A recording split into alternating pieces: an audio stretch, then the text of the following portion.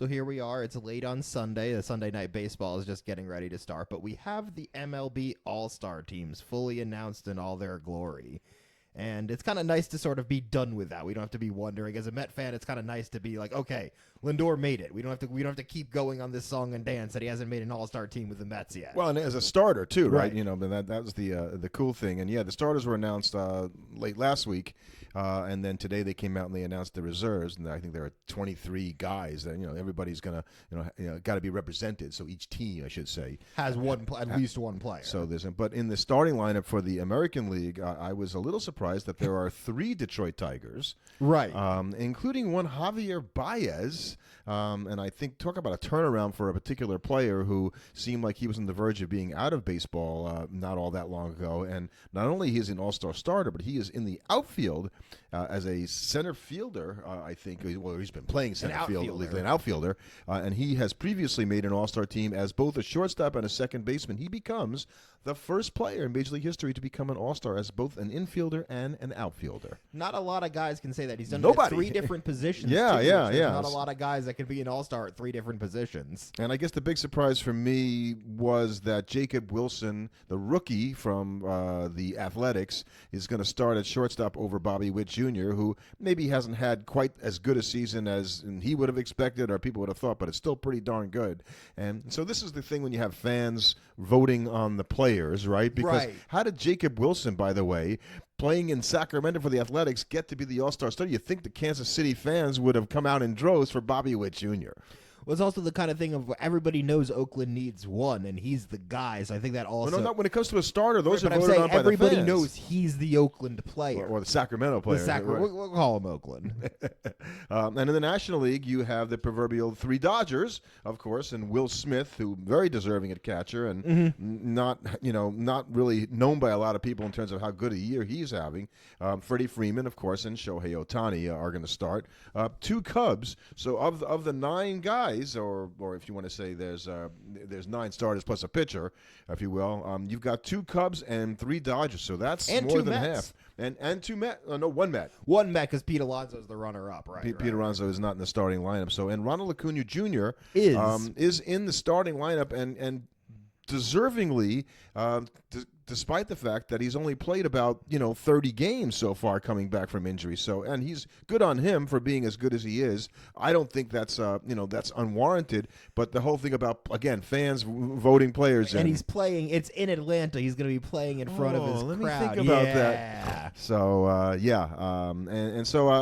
the reserves, those a lot of times that's used to fill out the teams that don't have a representative. But it's nice to see a guy like Chris Bubich of the Royals getting a chance in the All-Star game.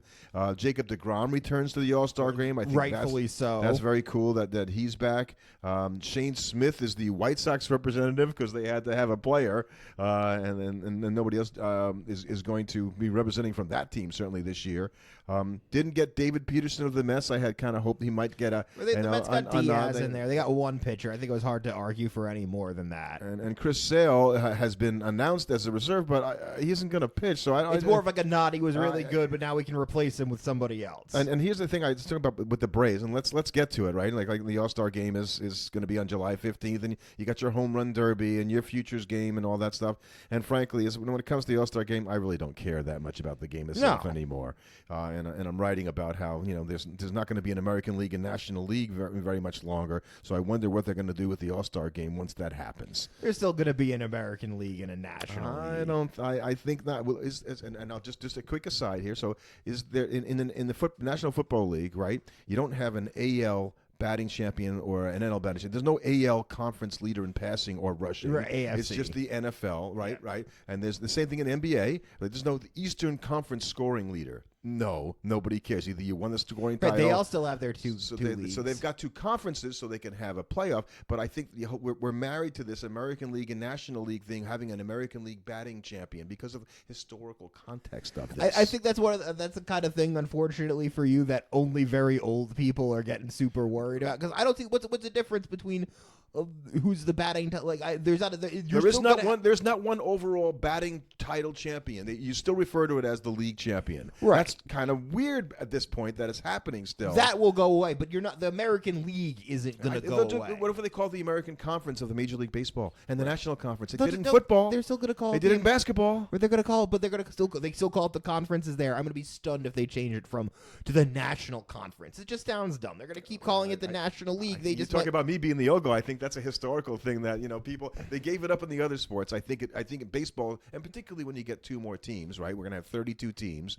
You're going to basically have 4 8-team divisions and just have playoffs off of that, and it won't be broken up the way the American League and National League are anymore. You're just going to have conferences. I think you're going a little too far. I don't know. We'll talk about that another time. But that's something that I'm thinking about a lot. So, and so there was some news this week as well. Besides the Braves, we started talking about that. And so the Braves at this point they lost Schwellenbach, right, who's pitched really good. Now he's going to be out until September with an elbow injury. They lost Sale until August, they hope, with the broken rib. They lost Strider didn't start the season, and they lost Smith-Shocker for the season with an elbow. So they had 4 guys with the letter S starting their last name, which I didn't even notice until I started talking about that, how weird that is.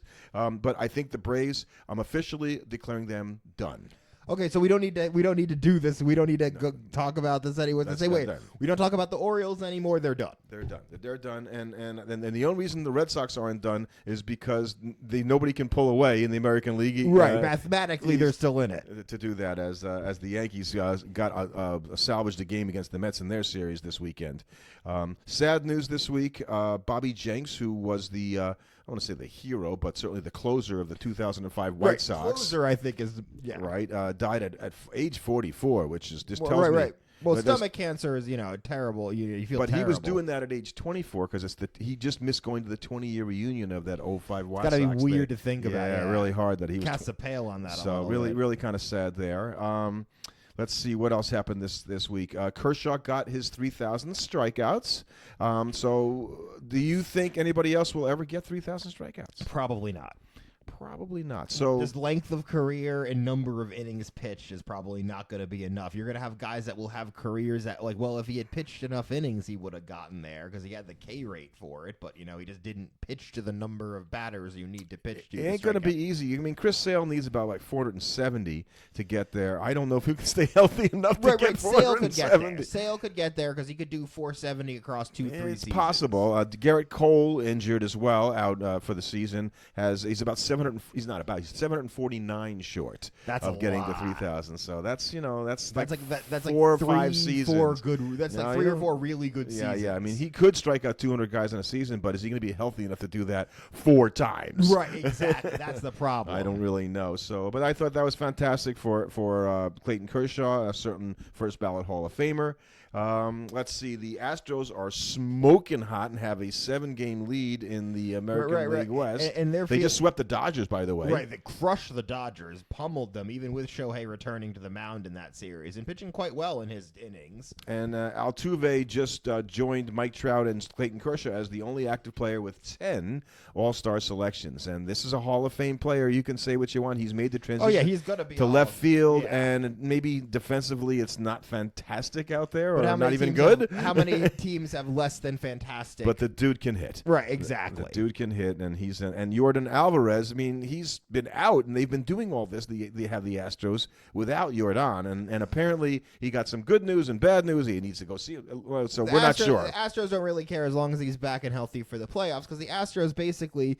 They lucked out and the Marlins finally had another guy besides Julio Rodriguez step up and power their lineup. Cal Raleigh has tied the record for most home runs before the All-Star break, except Julio Rodriguez has forgotten that he's Julio Rodriguez, and that vaunted pitching staff finally started to get injured, so they're just kind of mucking about around 500 right now. Yeah, but they're going to get pitchers back, and I read something today that the Mariners actually could be the surprise team of the second half. Well, I think it's interesting because they were linked to a potential trade. The Diamondbacks have had a dreadful season. Corbin Carroll. They desperately need Corbin Carroll to come back, but they apparently Eugenio Suarez is on the market, and he is a target for the Mariners, which would just feel awful. What? Right. Wasn't he there? We let him go, and now we're gonna have to give up assets. Pay to get him Right. back, you know. So I think they're gonna have to bid against the Yankees for that one, because even though the Yankees did manage to win today, they've fallen out of first place in the AL East behind a torrid hot streak from the Toronto Blue Jays. Yeah. And they're in desperate need of offensive help and pitching help right Well, now. the Yankees, they lose Clark Schmidt, and, you know, he's got the hair. We need to check the elbow because he had forearm tightness. And so now we know what the next thing is. Tommy John. With this, that's what happened. So the Yankees, who still haven't gotten Luis Heel back, basically, have Max Fried, who's fantastic, excellent, and going to probably be the All-Star Game starter, if you ask me, or maybe Scuba will be. I'm not sure which one of those guys. It could be Crochet, for all I know. Anyway, he's the only, Rodon got kind of beat up on Saturday. He's the other pitcher. Other than that, the Yankees, they don't have a lot of guys. They can't be running Marcus Stroman out there. Right, they need to make multiple trades, which is never a good place to be in. But that division is up for grabs, and the Yankees are going to do what they can to at least hold on to their try position and reinforce themselves. Yeah, definitely. And on speaking of the Red Sox, Wilyer Abreu had it wasn't the uniquest. It's happened before, but it hasn't happened in a long time. He hit a grand slam, and he hit an inside the park home run in the same game.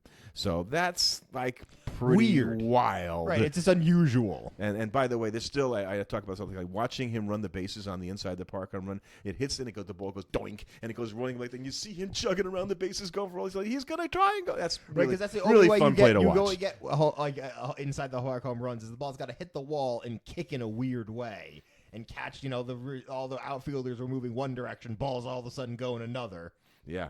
So I got two more for you. One of them is sort of a negative thing, or not as a very negative thing. I guess I was thinking along the Wander Franco line, which, by the way, I have to tell you that in reading, I got the detail on Wander Franco. This guy should never wear a major league uniform. Right. Again, ever. We had a conversation about it off air. You needed more details. I got more details. I'm like, this guy is right. just There's no explanation. Bad for human being. Can right. I say it? Can I say that? I got nothing else I can offer. But speaking of another one of those who is a Hall of Famer and played for our Mets, among other teams, is Robbie Alomar. And I didn't know this. So he was banned in 2021 over sexual misconduct allegations involving a Blue Jay employee in 2014.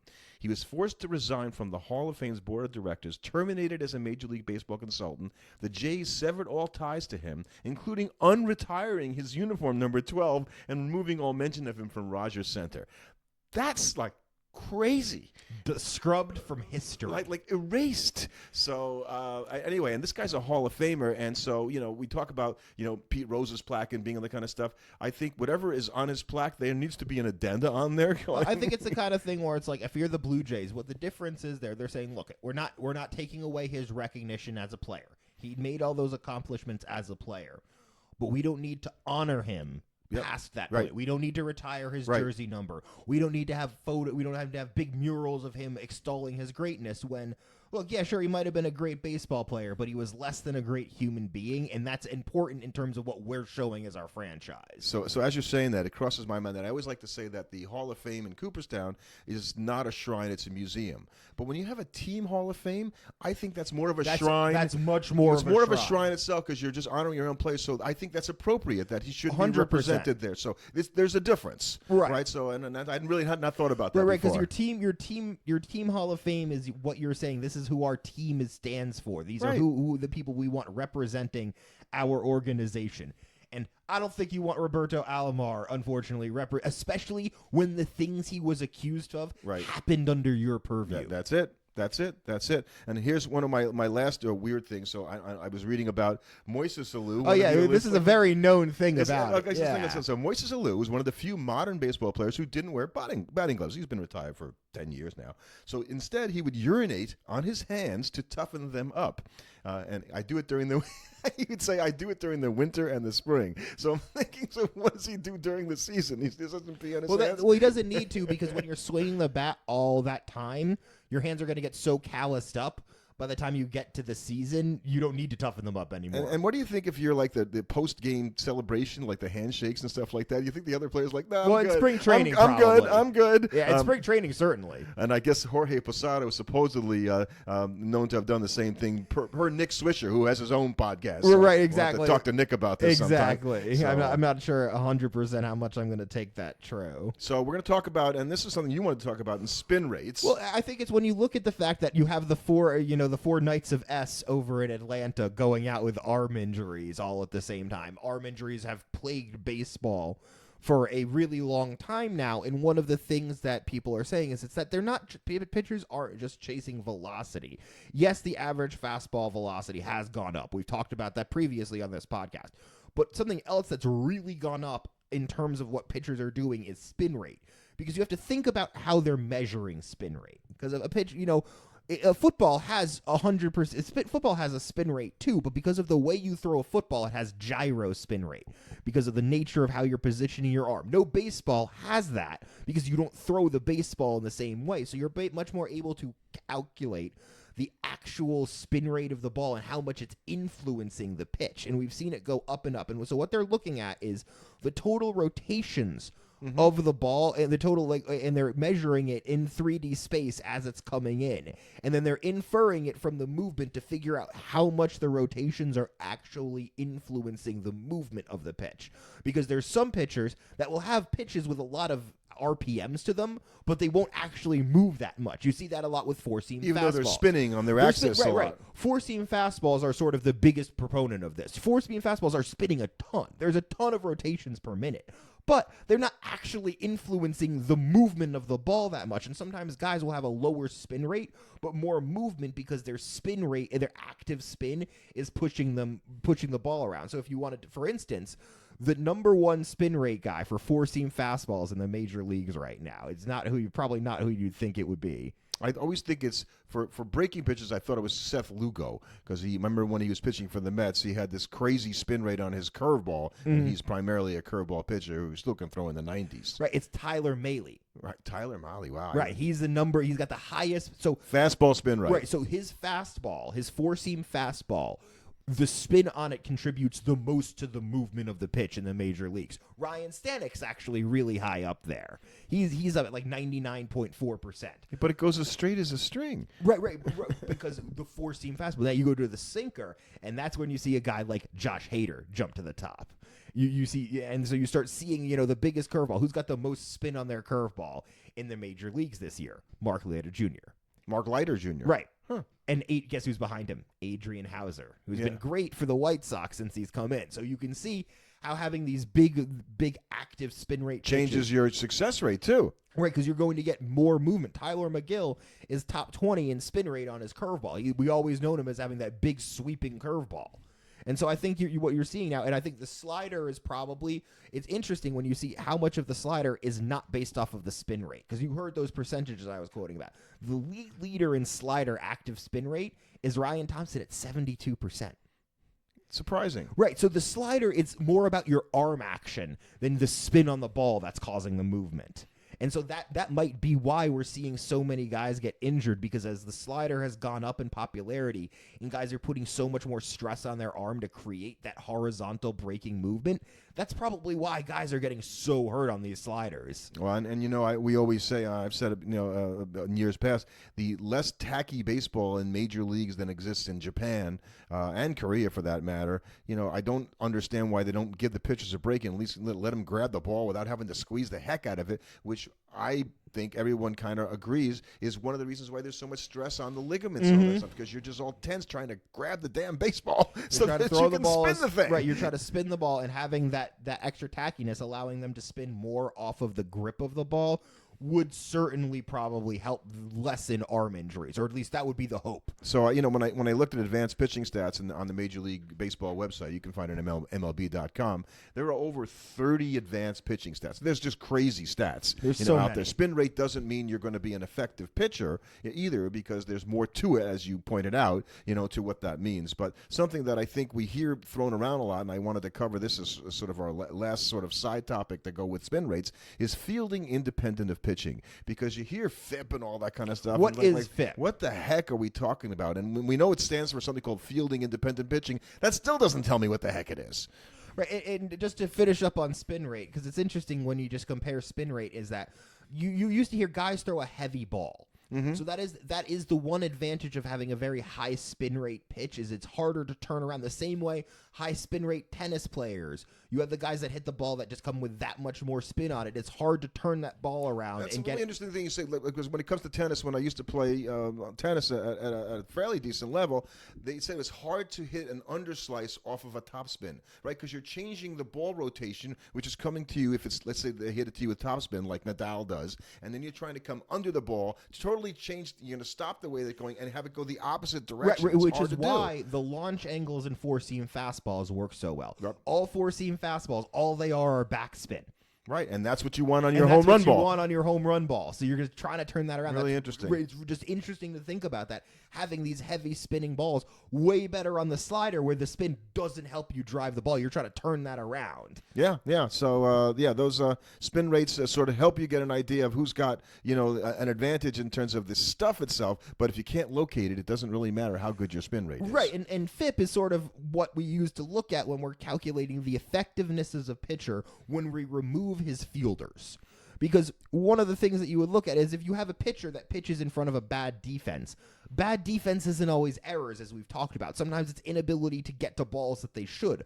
So a pitcher that's judged on his hit defense let a ton of balls drop in is going to look worse than a guy that doesn't have that happen to him, even if both pitchers are actually around the same level of effectiveness. Right. Ideally, you want your FIP should be somewhere around where your ERA is. Right. Although it's calculated completely differently, by the way. And if I gave you the formula, it would make your eyes cross and all that. It looks like a piece of math homework from when you were in school. There is a formula, and there is something called a FIP constant, which changes year to year that you use in the equation. Right. You have to think of the FIP constant as a zero WAR player is a replacement level player. The FIP constant is there to make sure you're adjusting for what the league is that performing particular on year. a year-over-year basis. So, but basically, if you've got a lower FIP rate than your ERA, then obviously you're doing really well, and you're probably striking out a lot of guys and not giving up, much in the way of home runs, because basically that's what it isolates. FIP very much likes guys that don't give up home runs,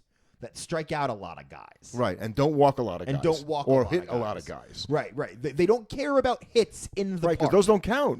Once if they stay in the park, now we're not counting them. Right. Whether they're base hits or whether they're outs. So that's really kind of interesting. And so I think what we're looking for is that just tells you a little bit about the pitcher and what his arsenal is by saying, has he been lucky or unlucky? Right. That's what it really tells us. FIP is going to really struggle with contact pitchers, guys that sort of find a way to work their way through the lineup. They might give up some home runs and some hits, but they're not going to strike out a lot of guys. FIP doesn't like those guys. FIP really likes big, powerful pitchers that strike out lots of guys and probably don't walk a ton of people. And so much of what I'm hearing, old time baseball guys that played in 30 years ago talk about going, well, when we played, we would just pitch to contact. Right? The idea was I don't care about strikeouts as much. If I can get out of the inning, and Greg Maddux talks about this as well, obviously, and so the approach was different. I don't think it's as easy to do that this day because the contact the guys make is better today than it was then. And the level of contact that each guy can make in the lineup, when Maddux was pitching, it's not that Maddux wasn't pitching to good hitters. He had great hitters in the lineup he was facing. But he also had guys in the lineup that, the difference is, I think, it's not that there weren't 200. There's still 200 hitters in the game today. But the 200 hitters in the game today can still hit the ball 450 feet if you make a mistake. At any time. At any time to them. So you don't have batters where you can sort of just go, okay, no matter what, one of the few guys that was left in the majors like this was Luis Angel Acuna, where basically you're not concerned with him hitting the ball out of the park at all at virtually any level. So you don't care if you throw him a hittable pitch because the worst he's going to do is end up on second. Yeah, and so that FIP constant just helps us understand, is he likely to get better or worse from this, particularly if you're looking at it in season, I always like to say, and over a season going, okay, did he have an anomaly this season where he got super unlucky because he had a really high, meaning that the balls just, happened to go out of the ballpark and he didn't really, get any breaks by his fielders doing anything good either. Right, exactly. And at the end of the day, FIP is kind of hard to fool. It's really hard the same way. We've talked with Sean Foreman in the past. He talked about how WAR is a really great stat, but there's always a couple guys every year that WAR just doesn't really know how to quantify, or vice versa, falls in love with, and you can't really figure out why.